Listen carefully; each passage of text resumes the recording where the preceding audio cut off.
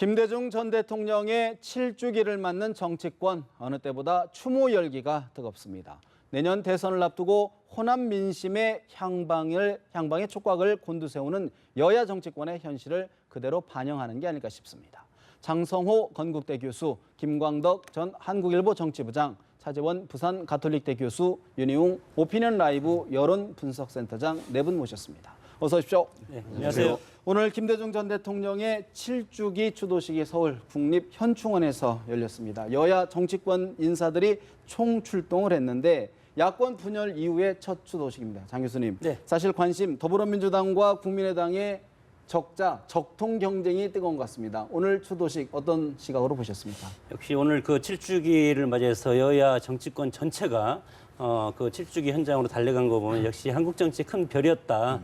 저도 그렇게 이제 평가를 하고 싶은데 해방 이후 현대 한국 정치의 두 흐름이 있으면 박정희 대통령이 근대화 운동을 해서 한 산업화 세력과 그 이후 민주화 운동을 해서 하는 김영삼, 김대중, YSDJ죠 하는 민주화 세력 두 기둥이 지금 명확하게 우리 한국 정치의 두 흐름을 지금 어떤 구조적으로 장악하고 있다. 예. 이런 것을 현실적으로 지금 나타내는 겁니다.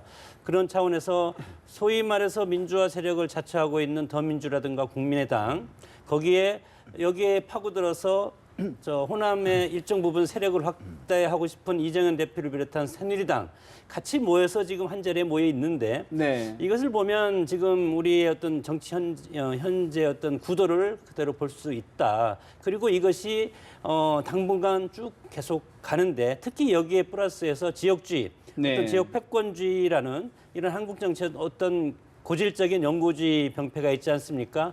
이것과 더 씌워져서 이렇게 가는데 사실은 우리 큰 정치를 했던 어른들은 이 정치적인 정신을 우리가 따라야 되는데 이것을 밑에 사람들이 정치하는 분들이 이것을 이용해서 하는 것은 저는 좀 부정적으로 보고 싶습니다. 그 정신을 온전히 받아들이는데 정치적으로 활용하고 이용하는 건 적절치 않다라는 그렇습니다. 지적인데 장 교수님은 어떻게 보셨습니까? 뭐 DJ 그 대통령의 김대중 전 대통령이 7주기입니다만은 사실 그 앞서의 뭐 6번의 추모식과는 달리 올해는 좀 더 특별한 날이 아닌가 하는 생각이 듭니다. 뭐 이번 4.13 총선을 앞두고 야권이 분열하지 않았습니까? 네. 특히 이 김대중 대통령의 정치적인 텃밭이라고 할 수 있는 호남을 둘러싸고 야권의 그 대표 경쟁이 아주 치열하게 벌어졌었거든요. 그래서 그 결과 뭐 다 아시다시피 국민의당이 사실 호남에서는 거의 압승을 하다시피 했는데 지금 이제 호남에서 사실 지금 국민의당 지지율이 상당히 빠지면서 지금 더불어민주당이 다시 역전하는 네. 그런 상황이지 않습니까? 근데 사실 이 지금 이제 호남이라는 이 정치적인 이 기반 자체가 사실 내년에 야권에서 누가 대통령 후보가 될 것이냐는 부분에 가장 큰 변수가 되지 않겠습니까? 그런 측면에서 본다고 한다면 이 호남이 낳은 뭐 물론 대한민국이 낳은 큰 인물이긴 하지만 호남민들이 그만큼 사랑했던 김대중 대통령의 정치적 적자가 누가 될 것이냐는 것이 가장 중요할 수밖에 없는 상황이거든요. 그렇죠. 그렇기 때문에 이 지금 오늘 뭐 더불어민주당의 문재인 전 대표나 네. 뭐 국민의당 대표를 했던 안철수 의원이나 모두 지금 가서 거기서 지금 이제 내가 김대중 전 대통령이 적자라는 것을 갖다가 앉아 나름대로 공개 경쟁을 하는 거죠. 공개를 하는데 네. 우리 장 교수님 말씀하신 것처럼 과연 누가 DJ 정신을 오롯이 계승할 것이냐 그거는 뭐 본인들이 아무리 말로 하는 것보다는 그 유권자들 특히 호남민들이 나름대로 엄중히 판단하실 거라고 봅니다. 사실 오늘 새누리당 이정현 대표 눈시울까지 붉히면서 호남의 위대한 정치자다 이렇게 치켜졌다고 하는데 신 부부장님 어떻게 보셨습니까? 네, 오늘은 그러니까 새누리당에 이제 호남 대표가 이제 출연 나타났으니까 이제 그런까지 포함해서 새누리당뿐만 아니라 두 야당이 소위 삼색 경쟁을 벌인 게 삼색 경쟁이다. 딱 그런 게 이제 서로 차별화돼서 드러났는데 일단 이제 김대중 전 대통령은 아까 말했지만 한국 정치의 거목일 뿐만 아니라 소위 야권으로 보면 뿌리다 이거죠, 뿌리. 근데 이제 뿌리가 원래 김대중 전 대통령으로부터 시작이 됐는데 거기에다가 한 뿌리가 더 더해졌잖아요. 노무현 전 대통령. 소위 두 사람이 하나의 두 물줄기고 두 뿌리라고 할 수 있는데 이 여중에 가장 먼저 이 가장 핵심이 되는 김대중 전 대통령의 정신을 누가 이어받느냐가 내년 대선에서의 특히 야권의 주도권을 누가 지느냐가 굉장히 중요하다. 대선 본선의 승리도 중요하지만 야권의 주도권을 그래서 오늘 문재인 전 대표와 안철수 전 대표가 어떤 경쟁을 벌일까, 어떤 거를 접근할까 이게 굉장히 주목을 받았는데 거기서 좀 차이가 드러났어요. 거기서 문재인 전 대표 같은 경우는 힘을 모아서 네. 반드시 정권교체를 이루겠다. 그러니까 야권이 단합하게 통합을 하겠다. 단일 후보를 내겠다. 이런 거를 시사한 거 아닙니까? 문재인 전 대표의 이야기를 잠깐 먼저 들어보고 대담을 좀 진행해 볼까요? 뭐 준비가 됐으면 좀 한번 들어봤으면 좋겠습니다. 이럴 때 김대중 대통령께서 하셨던 그 통합의 정치, 그 정신 정말 좀 다시 간절하게 저희가 그리워하게 됩니다. 지난번 총선 과정에서 야권이 서로 경쟁했지요. 그러나 또 내년 대선에서 정권 교체를 위해서는 다들 또 뜻을 함께하게 되리라고 그렇게 저는 믿습니다. 우리가 어떤 방식이든 함께 힘을 모아서 반드시 정권 교체 해낼 거라고 그렇게 조금 자신 있게 말씀드리고 싶습니다. 남북 관계 그리고 외교 문제, 경제 문제, 사회 문제에 이르기까지 총체적인 난국입니다. 이럴 때 김대중 대통령님 해안이 그립습니다. 앞으로 향후에 문 대표님이랑 좀 따로 이야기를 나누신다든지 그런 계획이 혹시 있으신지. 아까 다 들으셨지 않습니까? 어떤 방식으로든 힘을 모으겠다고 문재인 대통령이 그러시는데 예. 문재인 전 대표 정권 교체를 위해서는 어떤 방식이든 함께 힘을 모아야 된다. 하지만 안철수 전 대표 묵묵무답이었습니다. 어떻게 들으셨습니까? 그래서 두 사람의 발언에 굉장히 차이가 나죠. 뉘앙스에서. 그래서 이제 그 문재인 전 대표는 아까 힘을 모으겠다. 그래서 야권의 통합을 반드시 이루겠다. 이 말은 뭐냐면 제1야당으로서 주도권을 잡을 수 있다는 계산이 들어간 거고 안철수 전 대표 입장에는 야권 통합 논리에 지금부터 끌려가면 제3당, 제2야당으로서 상당히 존재 기반이 흔들릴 수 있잖아요. 그래서 그거에 응답을 안 하고 이러한 위기 상황에 풀어갈 수 있는 해안이 그립다. 네. 이런 식으로 접근했고 이제 오늘 새누리당은 뭐 이제 조금 떨어져 있습니다만은 DJ 김대중 전 대통령이 이해주의라는 걸 강조하면서 의회주의자이기 때문에 현재 현안이 된 추경에 대해서 야당이 협력해 주는 게 DJ 정치를 잇는 길이다라고 이야기를 했습니다. 일종의 기싸움을 벌이고 있다라는 분석이고요. 그러니까 이제 호남의 가치가 뭐 워낙 이제 높아졌기 때문인데요. 일단 대선이 가까워졌기 때문에 사실 더욱더 이제 이 호남에 대한 김대중 전 대통령 실주기 추도식 행사가 굉장히 성황에 이제 이루어지게 된 열기가 뜨겁게 이루어지게 되는 이유라고 할 수 있는데 왜냐하면 총선이나 지방선거는 이제 그 지역구 자체가 사실은 분산돼 있기 때문에 그것이 별로 중요하지 않지만 대선 같은 경우는 전국이 하나의 선거구이기 때문에 어느 지역에서의 한 표도 다 똑같이 한 표인 거예요. 네. 그러니까 호남에서의 단 1% 올라가는 것도 실제 선거 결과에 결정적인 영향을 미칠 수 있으니까 그만큼 이제 가치가 올라갈 수밖에 없는 그런 이제 상황이 되었다고 할 수 있겠고 뭐 말씀하신 대로 어쨌든 뭐 국민의당과 더불어민주당이 호남을 놓고 민심 획득 이런 경쟁하고 있고 또 새누리당에서는 어쨌든 보수정당에서 호남 출신 대표가 나오게 되면서 이 호남 민심의 유동성이 또 이전보다는 상당히 높아졌다는 거예요. 유동성이. 그렇기 때문에 뭐 노력 여하에 따라서 어쨌든 호남 민심을 조금이라도 더 추가적으로 얻을 수 있는 상황이 이제 되었기 때문에 이제 이렇게 뜨거운 것인데 다만 아까 장 교수님 말씀하신 대로 사실은 이게 이제 전직 대통령 이제 문화와 관련된 것이긴 할 텐데 이것이 이제 뭐 소유권을 행사하는 것처럼 사실은 경쟁이 비춰지는 것 자체는 이제 국민들이 사실은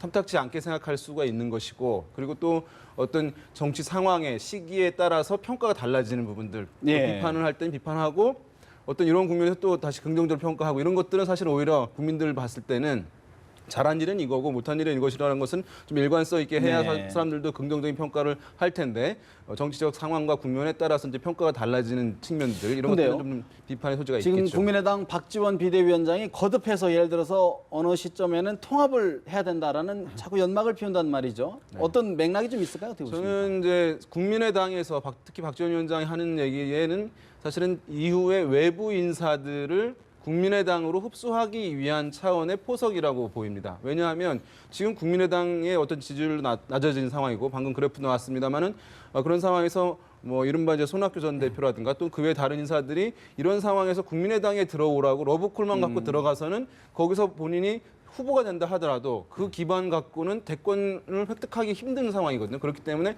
결국에 와서 여기서 경쟁을 하고 2차적으로 통합하고 단일화할 테니 새를 좀 키워서 들어오는 것이 전혀 불리한 것이 아니다라고 하는 측면의 포석이 상당히 이제 깔려 있다 이렇게 볼 수 있을 것 같습니다. 문재인 대표는 결혼하자고 지금 벌써 청혼을 한 것 같습니다.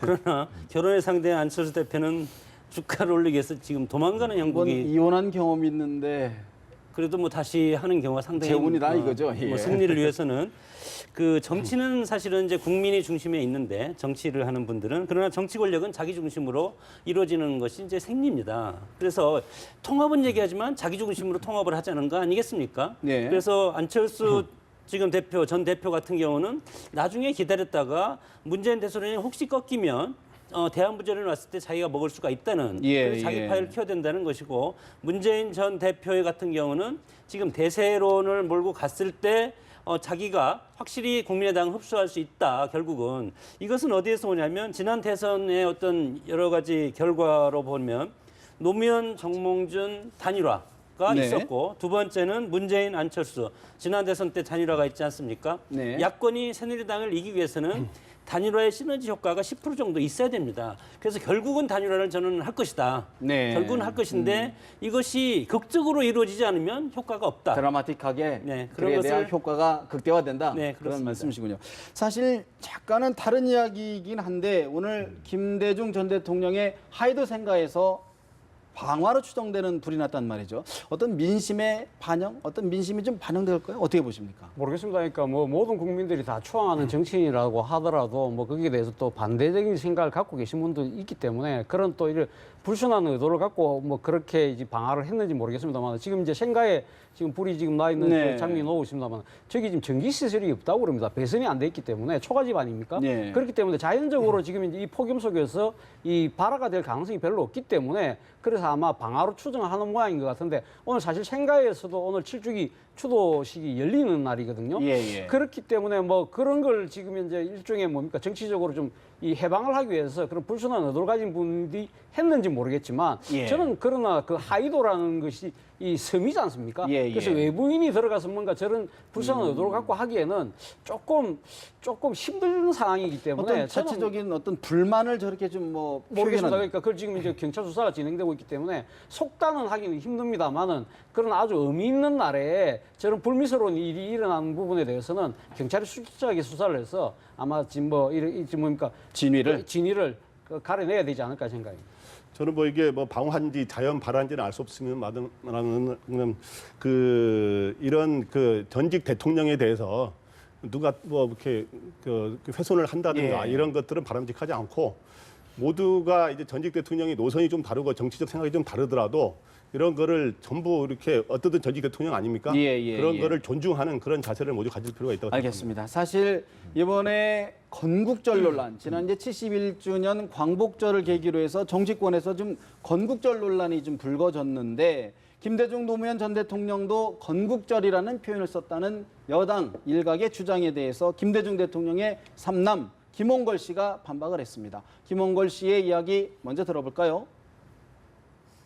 두 분 모두 다 48년이 대한민국 원년이다. 뭐 그런 임시정부의 법통을 부정하는 시도 이것에 대해서는 분명히 안 된다라는 얘기를 하셨거든요. 건국이 표현을 때에 따라서는 할 수도 있는 것인데 아예 저쪽의 의도는 이 임시정부의 법통을 부정하고 건국절을 공식적으로 만들겠다 하는 식의 노골적인 시도이기 때문에 의도나 성격이 다른 것이죠. 의도나 성격이 다르다. 건국절이라는 것은 말이 안 되는 얘기. 말이 그 당시엔 있지도 않았으니까.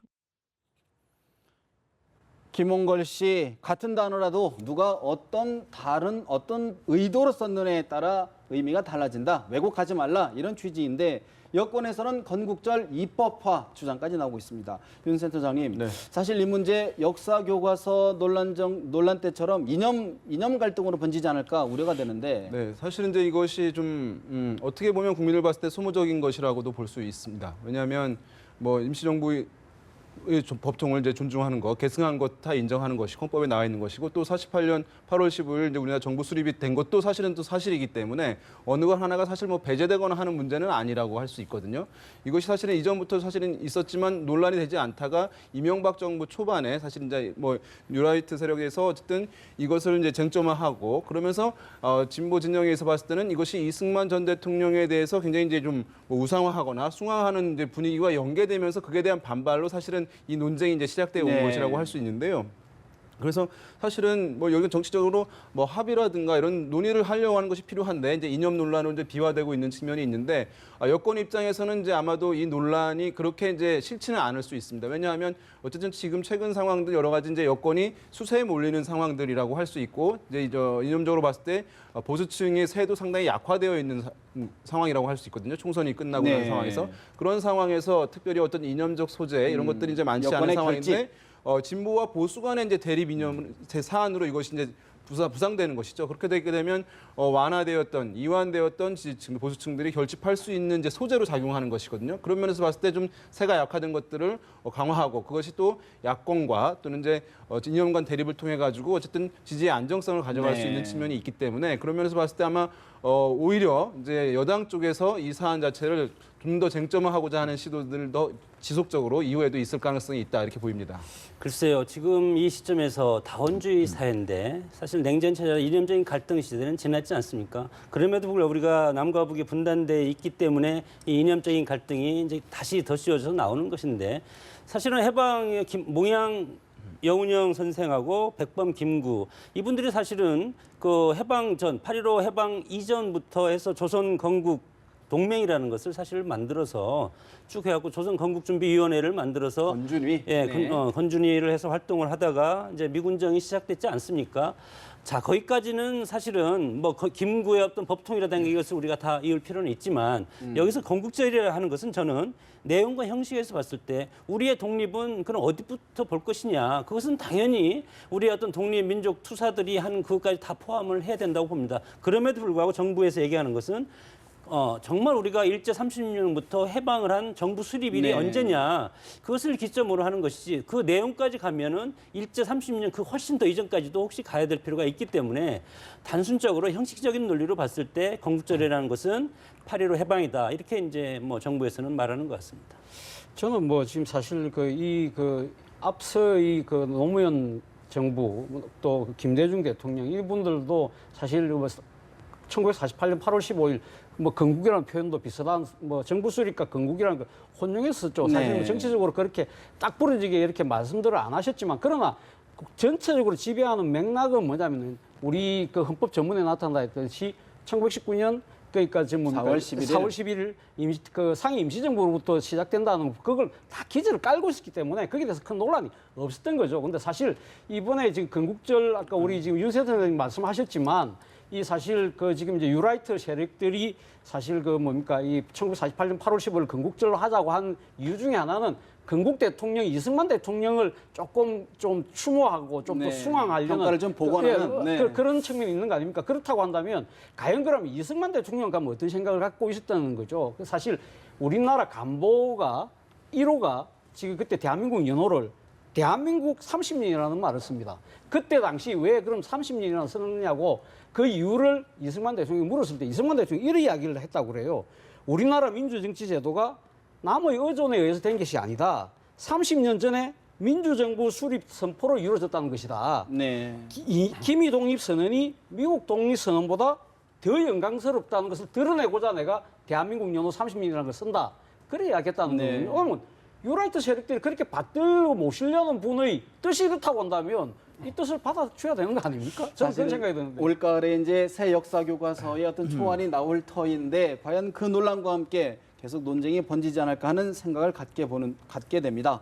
사실 건국절 논란 못지않게 요즘 정치권에서는 이른바 서별관 회의 청문회를 놓고 여야가 격돌을 하고 있습니다. 예산안 심사, 추경 예산안 심사와 연계가 돼 있어 마찰음이 커지는데요. 정진석, 우상호 원내대표들의 이야기를 들어보겠습니다. 야당은 국민 앞에서 서명한 합의서의 잉크가 마르기도 전에 추경 처리에 발목과 손목을 다잡고 있습니다. 이번에 여야가 합의한 기재위와 정무위의 이틀짜리 청문회, 이것은 국정조사 청문회, 국정감사 청문회와는 다른 성격의 현안 안건 청문회라는 것입니다. 두 상임위가 중복적으로 증인을 채택하는 것은 곤란한 것이고 합의사항 위반입니다. 따로 국밥 청문회를 합의해놓고 어떻게 갑자기 짬뽕 청문회를 하자고 우길 수 있는 것입니까? 나라 돈을 가지고 국민 세금을 가지고 마치 자기 돈인 양 몇몇 사람이 모여서 짬짬이로 결정하고 그리고 아무도 책임지지 않고 다 털고 가자. 이렇게는 할 수 없는 거 아니겠습니까? 이번 청문회를 통해서 다시는 이런 일이 재발하지 않도록 만드는 것이 국회의 책무다. 이렇게 정부 여당, 특히 새누리당이 특정 증인들을 감싸기로만 돌 문제가 아니다. 그래서 떳떳하다면 청문회에 나오지 못할 이유가 무엇이 있습니까? 오늘도 충분히 충실하게 협상에 임하겠습니다만 여당의 태도 변화가 없으면 국회 일정에 협력할 수 없다는 점을 분명히 말씀드립니다. 정진석 원내대표 상임위 차원의 청문회를 정치 청문회로 변질시키고 있다. 우상 원내대표 정책 결정 과정이 떳떳하다면 못 나올 게 뭐냐라고 반박을 하는데요. 김 본부장님, 사실 지금 최경환, 안종범, 홍기택 새 증인 채택 여부가 핵심 사안 아니겠습니까? 예. 출석해야 됩니까? 말해야 됩니까? 어떤 생각을 갖고 계십니까? 그 세 사람 합쳐도 최종택이라고 그러더만요. 국민의당 박지원 원내대표가. 따르면. 예. 최종택 증인은 일단 나오는 게 바람직하죠. 예, 하고 일단 이 문제는 제가 보기에 여야가 총선 이후에 지금 4개월이 지난 시점 아닙니까? 4개월이 지난 시점에서 어찌 보면 국회 문제에 대해서 합의해가지고 처음으로 본격적인 힘겨루기를 하는 그 데서 이제 시작이 되고 있어요. 그래서 이 여러 가지 명분을 제시하고 있습니다만 서로 명분들은 나름대로 의미가 있는 거 맞는 얘기고 서로 이번에 처음에 국회 운영을 누가 주도하느냐 얘기인데 일단 야당에서는 이 청문회를 열면서 조선해운업 부실을 원인을 밝히기 위해서는 세 사람의 아까 핵심 증인이 나와야 된다. 최경환 전 부총리, 경제부총리, 안종범 전 경제수석, 현재는 이제 정책조정수석이죠. 그다음 홍기택 전 산업은행 회장 이런 사람들이 나와야 사실 규명이 될 거 아닙니까? 그 당시에 이 상당한 부실이 있던 이제 그 조선에 어떻게 해서 대출을 해줬냐 이런 거를 그걸 알려면 증인의 이야기를 들어야 될 것 같은데 예. 문제는 이것도 불러서 들을 필요가 있고 또 하나는 또 여당의 주장도 있는 게 이거에 연계해서 추경도 굉장히 시급한 문제 아닙니까? 이거를 연계해서 추경 이게 안 되면 추경을 처리 안 된다 하는 또 그런 식으로 야당이 지금 나오고 있는데 그것도 바람직 제가 보기에는 그래서 여야의 그걸 서로 해야 된다는 건 추경을 해야 되고 그다음 청문회를 불러서 해야 된다는 건 맞는데 이걸 서로 연계해서 하지 말고 예. 이렇게 하는 게 풀어가는 게 맞다고 생각합니다. 좀 분리해서 사안을 좀 분리해서 대응해야 된다. 그럴 예. 필요성이 있다라는. 그러나 또 여당도 증인 채택에 협조를 해주는 게 바람직하다 이거죠. 비공개하는 방안도 있을 듯한데 어떻게 보십니까? 그런데 이제 국회 지금 운영이 여야 합의가 아니면 한 발짝도 아무것도 될 수 없는 지금 구조 아닙니까? 그랬을 때 야당에서는 여당이 애초에 최준택 이 3인에 대한 청문회 출석은 거부하겠다고 했습니다. 그런 상황에서 여당이 물러날 가능성은 없다고 봅니다. 문제가 있으면 부르면 나가야 된다고 봅니다. 더 본질적으로 보는데 현실적으로 봤을 때 새누리당에서 이걸 동의해주지 않으면 그러면 이 청문회가 조선해양 구조조정 부실 규명을 위한 청문회인데 문제가 있으면 나와야 되는데 새누리당이 지금 반대하고 있지 않습니까? 어떤 이유를 들어서인지 몰라도 그럼에도 불구하고 이 추경이 적시 어떤 타이밍을 놓치면 안 되지 않겠습니까? 지금 실업자가 지금 뭐 경남 쪽에 엄청나게 많은 지금 매일 막 쏟아져 나오는데 이것을 어떻게 할 겁니까? 정치권에서 서로 당리당략적인 공방만 벌이고 있다면 그러면 경기 불수 시기인 추경이 아무 효과를 발휘할 수가 없다. 먼저 하고 그다음에 논쟁은 논쟁에서 서로 마크 협상을 해서 좀 타결하라 그겁니다 저는. 이제 과거 같은 경우에는 추경이라든가 이런 것들을 이제 야당이 하게 되면 발목 잡기다라고 하면서 비난이 굉장히 이제 집중될 수밖에 없는 사안이긴 할 텐데 이번에도 뭐 그런 시각은 이제 일정 부분 있을 텐데 이 청문회 자체도 사실 여기에 들어가는 이제 비용들이 추경 못지않게 사실은 상당한 국가 재정이 이제 들어가기 때문에 대우조선 같은 경우는 지난 1분기에서는 이제 300억 정도의 이제 순이익을 봤지만 2분기 4, 5, 6 같은 경우는 뭐 1조 이제 2천억 이상 이제 손실을 냈기 때문에 그럼 이것을 살리냐 마느냐 여전히 이제 문제가 있는 쟁점이 되고 있는 사안이지 않습니까? 그래서 그런 것들이 빨리 이제 이루어지는 것이 마찬가지 이유에서 이제 필요한 측면이 이제 있고 야당 입장에서는 아마 이럴 것 같아요. 이제 이번에 이 증인 채택과 관련해서 청문회에서 나오냐 못 나오냐 이제 이 문제에서 한번 밀리게 되면 이제 국감원 같은 경우에 집중적으로 청와대를 타겟으로 하면서 청와대 이제 어떤 흔들기, 문제 제기들 이런 것들을 내년 선거가 있기 때문에 하려고 할 것인데 여기서 밀리게 되면 국감 때 어떤 증인 채택 이런 문제도 사실 이제 다 뒤로 밀리게 되면서 소기의 성과를 거두지 못할 것이라고 하는 이제 우려 있기 때문에 아마 야당도 상당히 이번에 강공으로 이제 나가는 것으로 이런 비난을 감수하고서라도 하는 분위기가 있지 않나 이렇게 생각해 볼 수 있겠습니다. 사실 20대 국회가 여소야대 국면에서 시작되는 거 아닙니까? 그래서 많은 변화가 있을 거라고 기대들이 컸죠. 그런데 결국 지금 보시다시피 혹시나가 또 역시나로 지금 귀결되는 상황이라서 아마 국민들의 실망이 상당히 클 것 같은데요. 저는 감히 이런 국민 그 실망을 누가 가면 더 큰 책임이 있느냐? 저는 아무래도 여당에 있다고 봅니다. 지난번 그 작년 그 10월 달입니까? 10월 달에 서별관 청와대에서 서별관 회의를 할 때 당시부터 그 대우조선 해양에 사실 5조 원에 달하는 분식 회계가 사실 드러나 있던 상황이거든요. 그리고 사실 해생이 사실 불가능하다. 그런 상황에서 4조 2천억이라는 돈을 지원을 한 거 아닙니까? 그럼 그 지원의 근거는 뭐냐? 그 부분이 제대로 지금 쓰이고 있느냐? 그리고 그런 책임을 했던 당사자는 누구냐? 그런 부분들이 다 규명이 돼야 되는 거죠. 사실 네. 추경도 사실 급하죠. 근데 사실 추경 안에도 지금 보면 이 지금 대우조선 사태와 관련된 또 지금 예산이 있거든요. 1조 4천억이라는 국책은행 지금 뭡니까? 이 지금 이 구조조정용 그 펀드 채권, 조성. 예, 펀드 조성 그 돈도 있고 그 고용안정기금 2천억도 들어가 있습니다. 그렇기 때문에 야당 입장에서는 추경도 해주는 건 당연하지만 이런 부분들을 시시비비를 가려야 국민들이 혈세인 세금이 그렇게 엉뚱한 데 쓰인 데 대해서 국민적 분노를 그래도 가라앉힐 수 있는 거 아니겠습니까? 저는 무엇보다도 이번에 이정현 새누리당 대표가 사실은 국회 해묵은 고질병을 고치겠다고 했지 않습니까? 그러면 아마 단순하게 최종택 이분들 불려내서 망신주기다 그렇게만 디펜스 할 것이 아니라 좀 역발상을 해서 이런 부분 우리가 분명한 거는 시시비비를 가리고 가자. 뭐 지금 최경환 장관도 사실은 자신의 그 결정에 대해서는 떳떳하다고 당당하다고 이야기를 했기 때문에 그렇다면 당연히 나와서 말씀 그 부분에 대해서 시시비비를 가리는 태도가 진정 이 고질적인 국회병을 고치는 하나의 큰 출발점이 되지 않을까 하는 생각이 듭니다. 여야 모두 정치 공세에 활용하지 마라 비난을 하고 있기 때문에 자신부터 정치 공세를 하지 않는 쪽으로 한번 정리를 해봤으면 좋겠고요. 사실 또 하나 관심이 청와대 우병우 민정수석의 특별감찰관의 검찰 조사 결과가 좀 전에 끝났다라는 이제 속보 언론 보도가 있었는데 사실 이석수 감찰관의 SNS 대화록 유출 논란이 있었죠. 여야의 입장을 좀 잠시 들어보고 대화를 좀 진행해 보겠습니다. 저는 지금 어쨌든 저 감찰 내용을 모 언론 기자에게 설명해서 감찰 내용이 유출되었다는 의혹이 지금 많이 제기되고 있고요. 예. 저는 이 문제에서 가장 중요한 것은 감찰 내용이 구체적으로 유출되었는가, 만약에 되었다면 예. 이건 중대한 사안이고 국기문란이다 이렇게 봅니다. 예. 만약에 유출되었다면 이에 상응하는 조치가 필요하다고 보고 있습니다. 예. 특검하자는 건 뭐 일상적으로 들고 나오는 거고요. 예. 이 하나의 정치 공세고 또 추경 파행을 위한 정략적인 저는 꼼수가 담겨 있다고 보고 있습니다. 누설한 내용이 진짜 문제가 될 만한 내용이었거나 그런 게 있었으면은 이제 당연히 특별감찰관의 행동을 문제를 삼아야겠지만 그런 것도 아니고 어떻게 보면은 언론의 취재에 응한 것인데 그 자체를 문제 삼은 것을 보면 지금 감찰이 진행되고 있는 과정에서 이 감찰관을 흔들려는 것이 아닌가. 하지만 우병우 수석은 사실 그 진경준 검사장에 대한 검증을 제대로 못했기 때문에 이 법적인 문제를 떠나서도 책임을 져야 된다는 여론이 높지 않습니까? 그러면서 감찰이 진행된 것인데 우병우 수석을 보호하려는 쪽에서 문제를 일으킨 것이 아닌가 그런 추론이 가능하다고 생각합니다.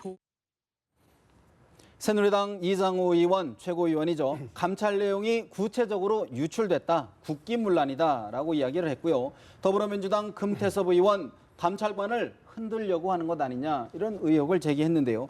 김 본부장님, 사실 조금 전에 이석수 특별감찰관이 우병우 청와대 민정수석의 비리 의혹을 수사해달라며 수사 의뢰서를 대검찰청에 보냈다라는 좀 언론 보도가 좀 나오고 있는데 어떻게 보십니까?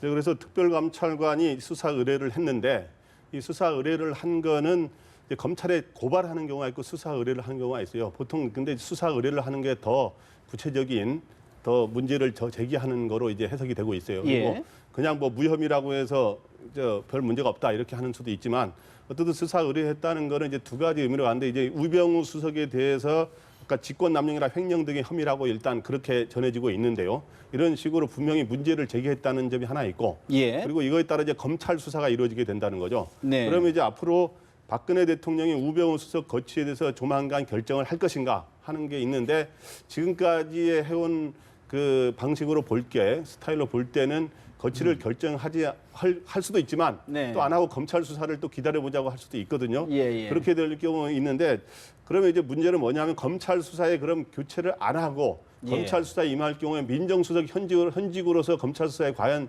제대로 조사를 받을 수 있겠느냐 하는 논란이 또 있을 수가 있거든요. 근데 일각에서는요. 사실 그동안 특별감찰관이 과연 어떤 결과를 내놓을 수 있겠느냐. 이거 뭐 유야무야 넘어가는 것 아니냐라는 시각들이 좀 많았는데 어쨌든 구체적인 결과를 내놨단 말이죠. 수사 의뢰서를. 이 부분은 어떻게 평가하십니까? 그래서 이석수 특별감찰관 입장에서는 이번에 많은 언론에서 의혹이 제기되고 하는데 별 문제가 없었다고 소위 덮고 가기에는 굉장히 부담스러웠을 거예요. 그래서 조사에 여러 가지 조사에 어려움이 있었지만 일단은 문제가 있다고 보고 검찰에 의뢰를 한 것이고요. 그래서 현직으로서 조사를 받기 어렵기 때문에 제가 보기에는 상식적으로 볼 때는 우병우 민정수석이 검찰 수사에 앞서서 내가 공정하게 조사를 받고 내 결백을 입증하겠다.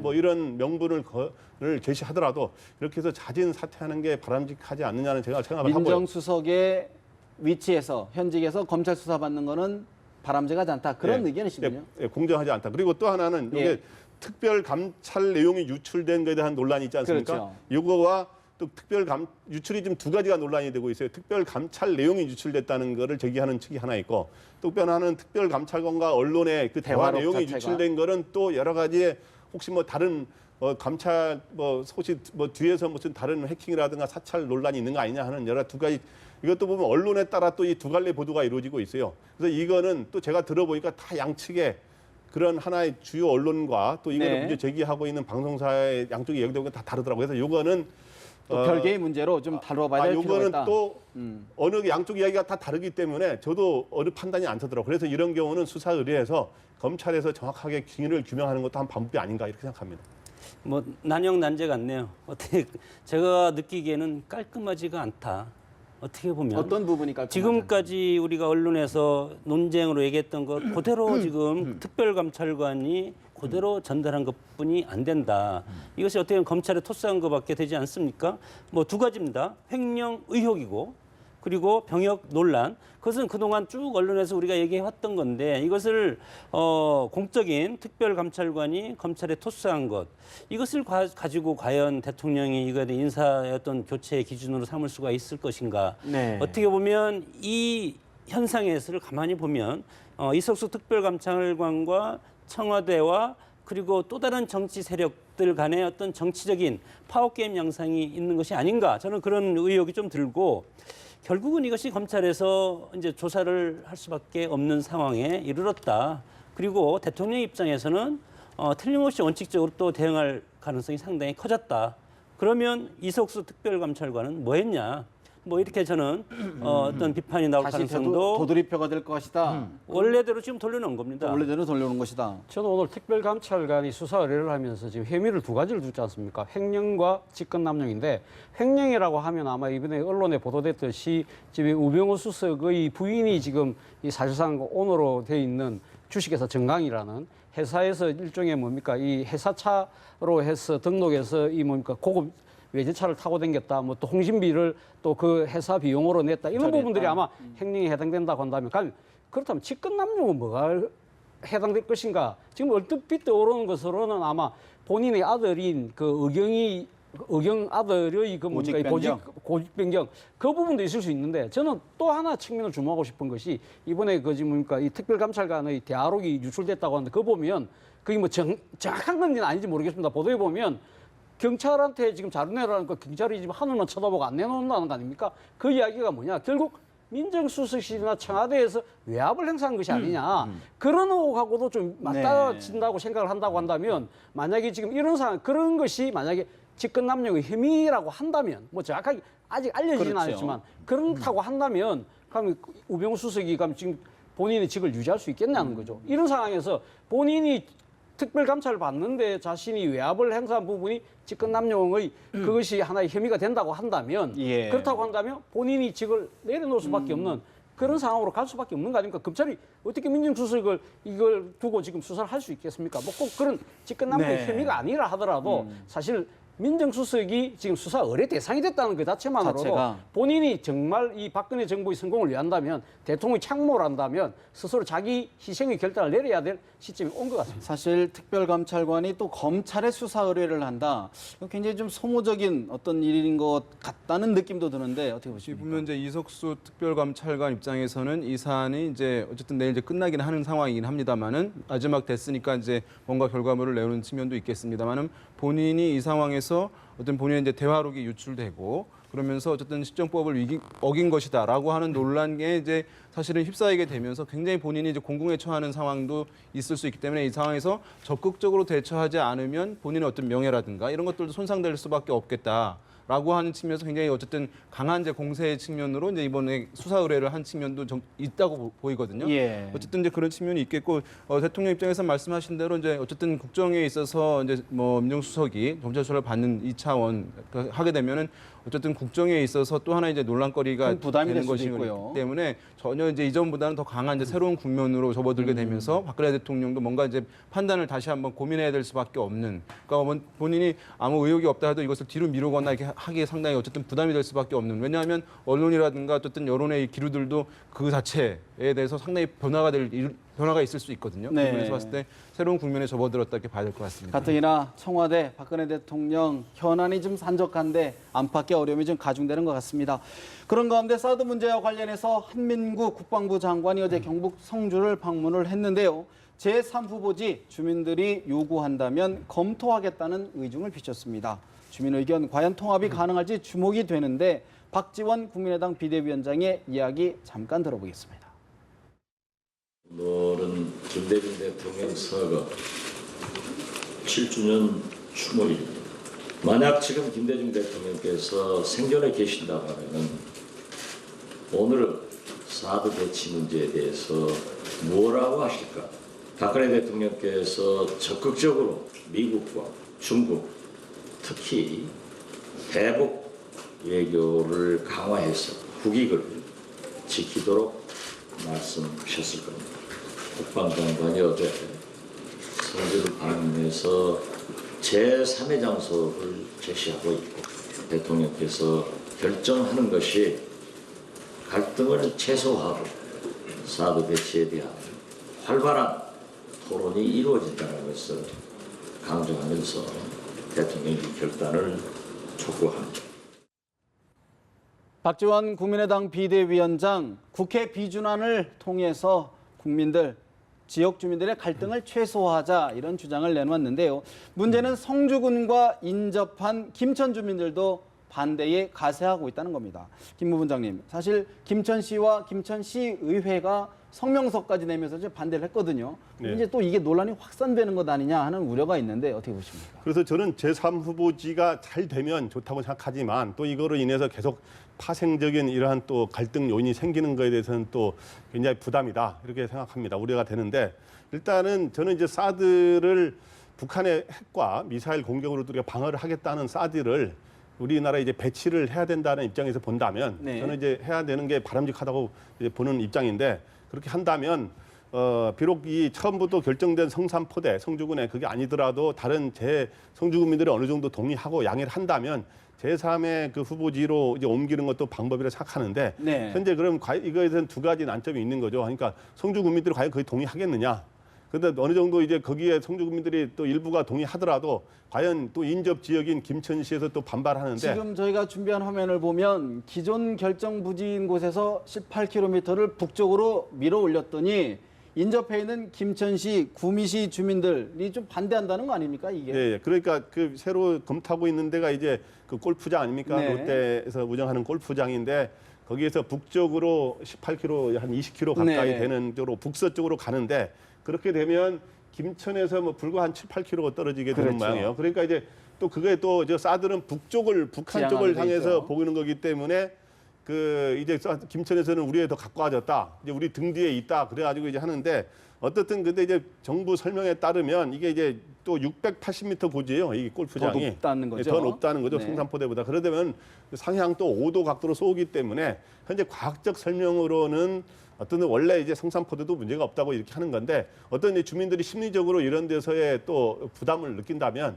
논란 소리가 있다는 데서 그래서 참 안타까운 게 이거를 또 어떻게 설득하느냐 하는데 그렇다면 처음부터 이런 것까지 그 성주군의 그 읍내 그 국민들의 여러 가지 그러한 심리적인 이런 우려까지 감안해서 좀 더 제대로 된 이런 검토를 해서 내놓았으면 원칙대로 하는 게 어떻냐는 의견이신 것 같은데 처음부터 그렇게 했으면 좋았을 텐데 아쉬움이 있습니다. 글쎄 사드 배치는 이미 결정이 됐다고 봅니다. 어디인가는 해야 되는데 뭐 그래서 성주로 했다가 지금 워낙 반발이 심하니까 그럼 대안을 찾아보자 해서 한 것이 이제 롯데 이 성주 골프장 아닙니까? 성주 컨트리 클럽인데 국가라는 어떤 존재 가치가 권위적으로 결정할 필요가 있다고 봅니다. 이 권위적이라는 것이 물론 우리 국민들 입장에서는 뭐 자기들의 건강 그리고 지역의 안정 이런 것까지 다 생각을 하지만 국가 입장에서는 국가 안보라는 거대한 어떤 패러다임이라든가 아젠다를 놓고 생각을 하고 판단을 해야 되기 때문에 국가의 어떤 결정은 권위져야 되고 그것에 대해서 타당하다면 국민들은 이제 따라야 한다는 그런 당위성이 있기 때문에 자 여기에서 물론 뭐 대통령께서 제3의 후보지가 있으면 건의해달라. 그러면 우리 재검토하겠다 이렇게 했지만 그러나 지금 이 사태를 보면 지금 상당히 또 큰 어떤 파장일 가능성이 상당히 많다. 그렇기 때문에 여기에서 우리가 상징적으로 우리가 유추해야 될 것이 뭐냐. 그것은 정부에서 빠른 시일 내에 제3지대가 가능하냐 안 가능하냐. 가르마를 빨리 타주는 것이 그래도 이 논란을 빨리 가라앉힐 수 있는 그런 어떤 진도가 나갈 수 있는 그런 계기가 된다고 봅니다. 사실 그래서일까요? 오늘 여론조사 결과를 보니까 박 대통령 지지율이 좀 완만한 하락세인데 특히 대구 경북 지역 민심이 좀 더 또 가라앉는 모습이에요. 본부장님 어떻게 보십니까? 어쨌든 이 사안 자체가 뭐 사드 배치 지금 가장 핫한 것이잖아요. 이 지역에서 지역의 이제 현안이고 어떻게 보면 이제 이 뭐 안전 문제라든가 아니면 또 그것에 대한 단순한 이제 두려움들이 있을 텐데 그것이 어쨌든 실질적 문제로 다가올 수밖에 없을 것인데요. 이런 이제 갈등 사안들이 교수님 말씀하신 대로 해소되지 않고 지금 계속해서 이제 확산되고 있는 상황이고 정부가 이것을 컨트롤 제대로 하지 못하는 부분들 보여주고 있거든요.